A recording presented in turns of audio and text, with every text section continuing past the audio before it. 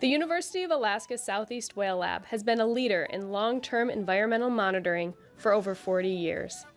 During this time, we have seen whale numbers increase in a historic recovery and then stall out due to environmental stress of a changing ocean.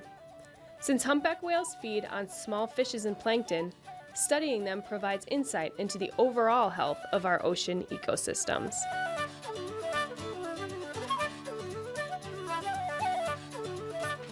Hi everyone, my name is Meg Wright. I serve in J Straley's Whalelab as an AmeriCorps volunteer.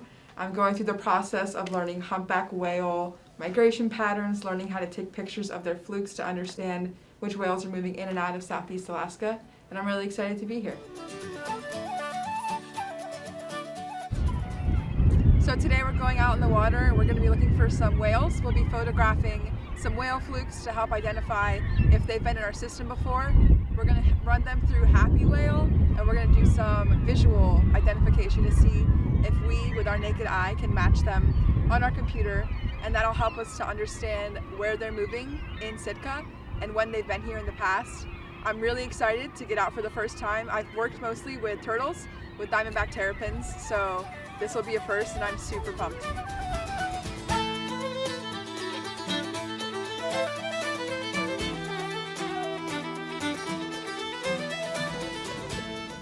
Okay, so now we've got 2 clear memory cards, and we've got our GPS. I'm going to turn that off until we get out there.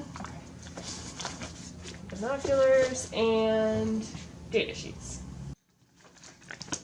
And then very important, this is our permit. Yeah. So this is from NOAA, and it has all the information about how often we can approach whales, which whales we can approach, different things that we can do with different age classes. So if you ever have a question about what we can do, it's all in here. And we have to have it on board while we're doing research. Okay. So we just keep it back in here.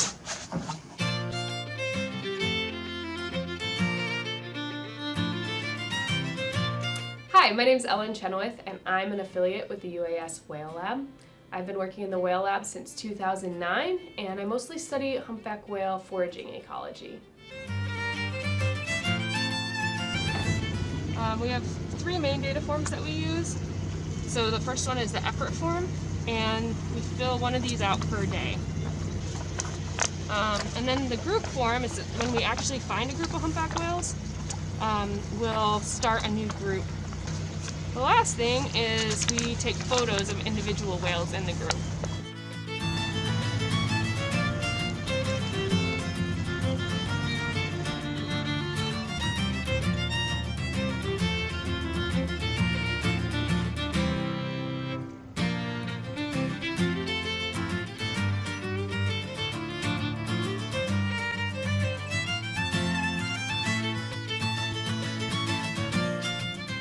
Professor J Straley runs the Whale Lab at the UAS Sitka campus.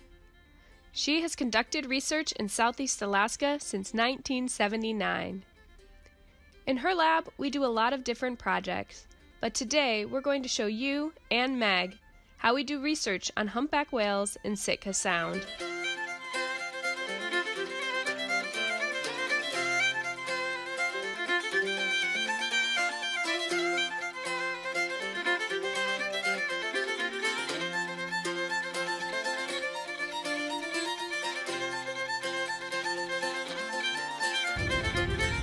Today we will be looking for humpback whales in Sitka Sound.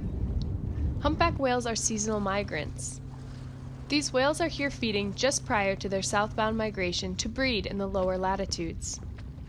We've discovered that 95% of the whales that feed in southeastern Alaska migrate to Hawaii, and about 5% of our whales go to Mexico. We can identify individual whales by using photographs of the black and white pattern of the underside of their tail, known as their flukes. Using photo identification, we can learn a tremendous amount about these whales by creating long-term sighting histories. The focus of our survey today is to find out which whales are here and what they're eating.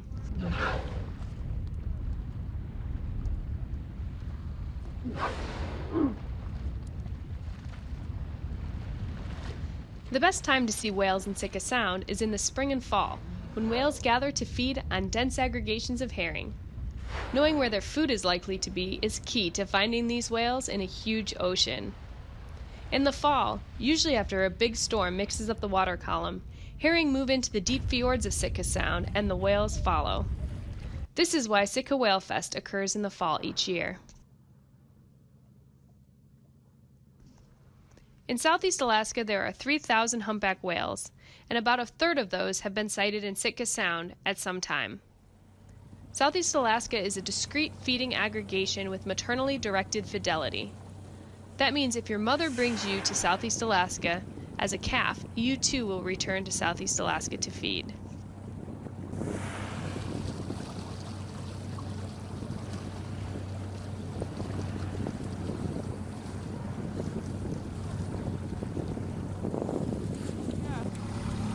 Alright, so for group 1, frames 2 and 3. Okay. Frame 4 is the beginning of group 2, the single whale. Okay. And then 10 through 14 is group 3. Go ahead. And that's it. We're caught up.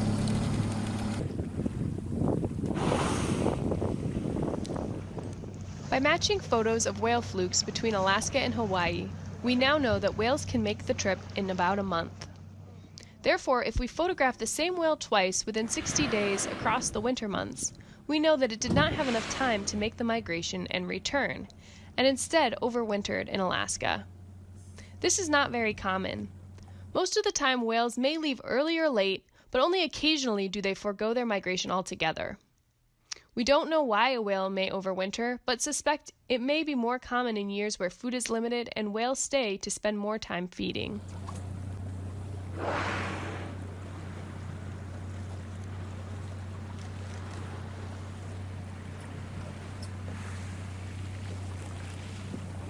Well, I got that.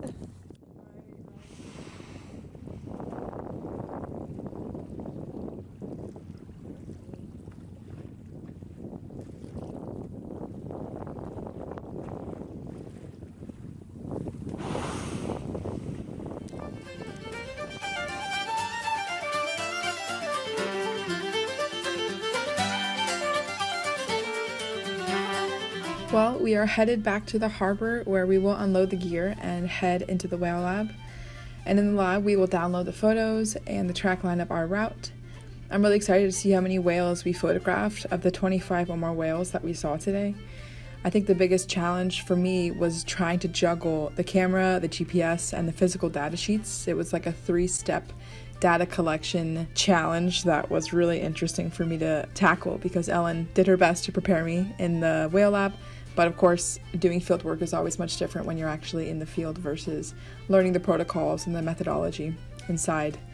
We will match our photos of the whale flukes to the Southeast Alaska catalog. It'll also be my first time doing that. I'm really grateful to be able to do this work during a pandemic. I'm really grateful that I'm here in Alaska doing this work and I'm able to travel outside of my hometown. I'm also really grateful that Jan and Ellen are so warm and patient with me as I work through these different types of understanding science. Because we all know, just like I said, field work is much different when you're actually doing it. And it's much more challenging and everything is exciting and new in the beginning. So being able to balance all of it and to juggle all of it is certainly a challenge. But I'm really excited and looking forward to it moving forward.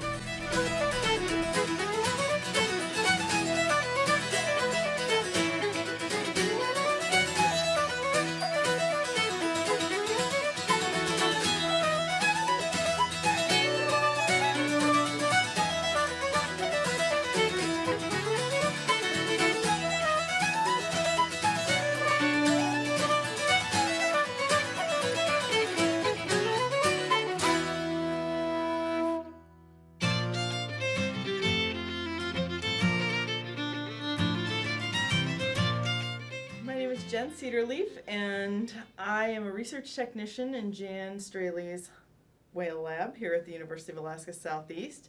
I have been working with Jan since 2000, and I started off just as a volunteer, and worked my way into getting a job, and now I manage Jan's database and photos for humpback whale photos in both Southeast Alaska and Prince William Sound.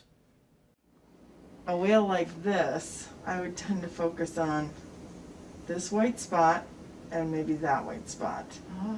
And I'm not going to look for these marks really, because they could be new, and they're, you know, sometimes you only have a photo of a whale that shows this much and we're not going to see that. So if you try to like look at the whole whale and focus on the whole whale, it's really hard. I like to focus on one certain area at a time. Yeah. And if it's a dark whale and I'm just looking for the trailing edge, then I might look at, like, say, this little pattern Wow. of bumps right there and focus, or look for maybe that, because it's a little different. It just makes it easier if you break it down.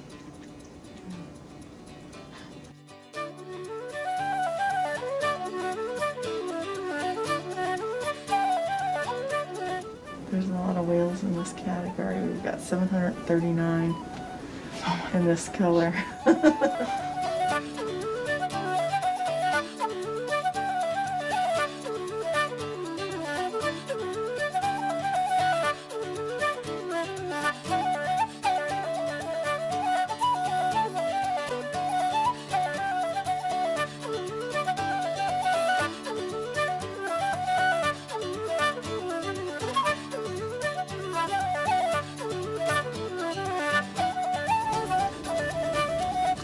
Oh, there's two Is that a scratches. whale? I think so. There's two black marks there. Yeah, So and those, those white marks are totally new. yeah, they're not there. So And look so at- as a double check, I like to just make sure our trailing edge is the same. Swoop, and then there's a high bump.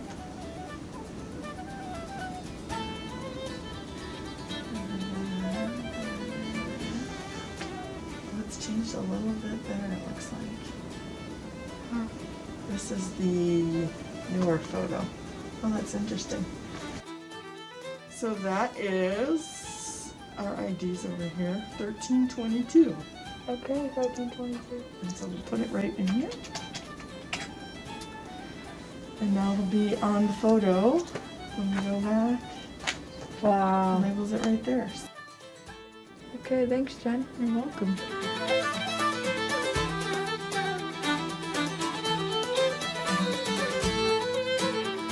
Hello, my name is Lauren Wild, and I was born and raised here in Sitka. I've been working with J Straley's research lab doing humpback whale and sperm whale research since 2007, and I do a variety of work with acoustics, with population dynamics, foraging ecology, and movement of these whales in the Gulf of Alaska. So, what we want to go is a listening device, a speaker to play it through, and then headphones to listen through. It's pretty basic. In order to listen to sound underwater, we use a device called a hydrophone, which is essentially an underwater microphone, and it's about the size of your thumb. We use a variety of different types of hydrophones to locate and record whales underwater. One of the best ways to locate whales underwater is by using a directional hydrophone. The hydrophone is placed in the center of a big dish, and the sound is reflected from inside the dish into the hydrophone to amplify that sound. You place the dish on the end of a long pole and lower it underwater, and as you spin the dish, the sound becomes louder or more faint based on whether or not you have the dish pointed towards or away from the animals that are making the sound. We do this because we don't always know where whales are underwater, so in order to locate and track them easier, if they're vocalizing, you can directionalize that sound underwater before they come up to the surface. And then we also use omnidirectional hydrophones, which is simply a hydrophone that doesn't have anything around it to directionalize sound. So we can lower this underwater and pick up sound from all different directions. These hydrophones can be attached to a cable that leads up to a recording device and a speaker at the surface, so we can listen and record whales and acoustic activity in real time, or we can attach them to underwater housings and place them on what we call autonomous recording devices out in the water for a long period of time, for days or weeks, and record acoustic activity while we aren't there. Those are the main types of hydrophones we use to listen, locate, and record sound underwater. We'll then bring our recordings back to the lab, and we use a variety of acoustic software programs to analyze and learn from the data. These programs all use sound visualization tool called a spectrogram that allows us to see the frequency and the pitch of the sound, as well as the energy level or the loudness of the sound. So, let's bring an omnidirectional hydrophone with us. I like this one. So we'll bring that and that. And we've got our honeytone here, and that is kind of our process.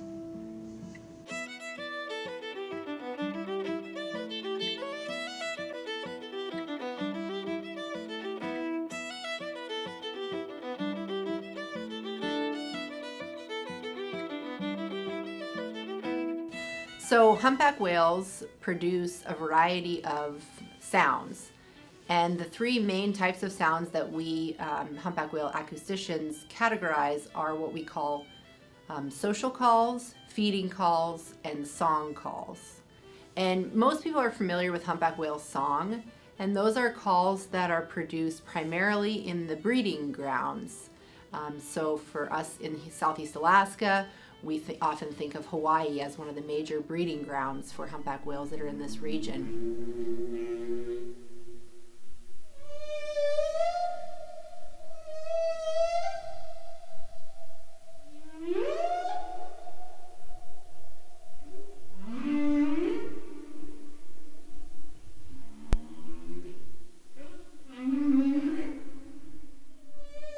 The primary types of calls we hear up here in Southeast Alaska, though, are feeding calls and social calls.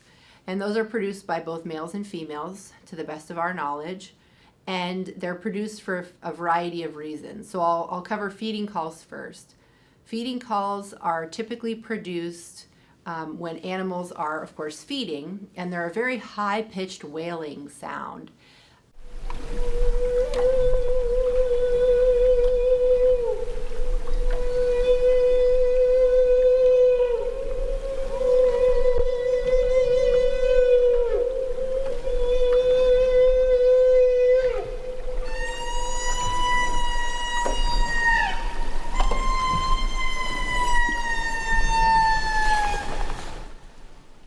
Our third type of calls that humpback whales produce are called social calls, and we hear these a lot on the feeding grounds here in Southeast Alaska. There are a variety of different call types, from growls and moans to grunts and upsweeps and shrieks and cries. They're produced as single calls or in groups of calls that we call bouts. And what's really cool about social calls is that they're produced throughout the world, and many of them are the same or very similar across different ocean basins. So we can compare social calls amongst other humpback whale scientists around the world and find many call types that are very similar. We've learned a little bit about these call types, and one thing we know is that they probably serve a variety of purposes, and they're used in many social contexts, such as between mom and calf pairs, or within groups that are feeding, or as a contact call or a group cohesion call.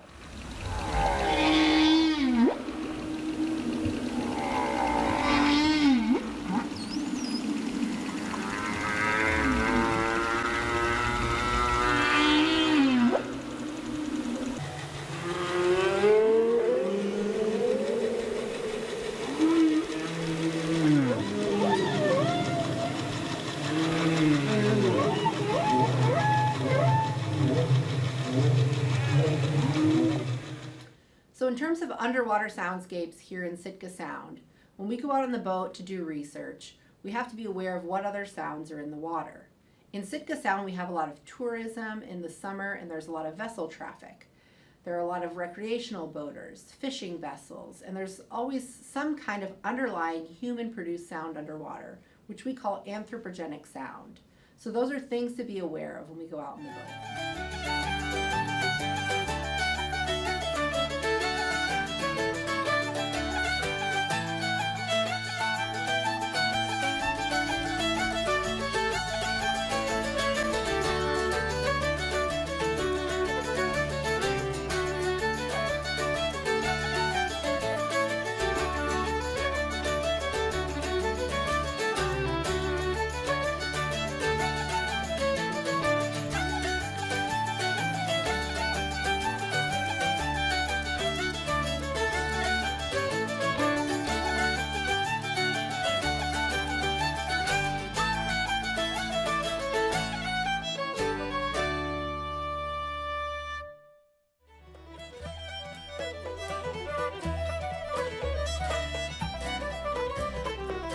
We share our oceans with whales, and sometimes compete for the same subsistence and commercial resources. The UAS Sitka Whale Lab studies how humans and whales interact through our partnerships with hatcheries, fishermen, and larger ocean monitoring projects. We conduct this research and work to train new researchers because we believe ocean monitoring is essential to ensuring human and animal health.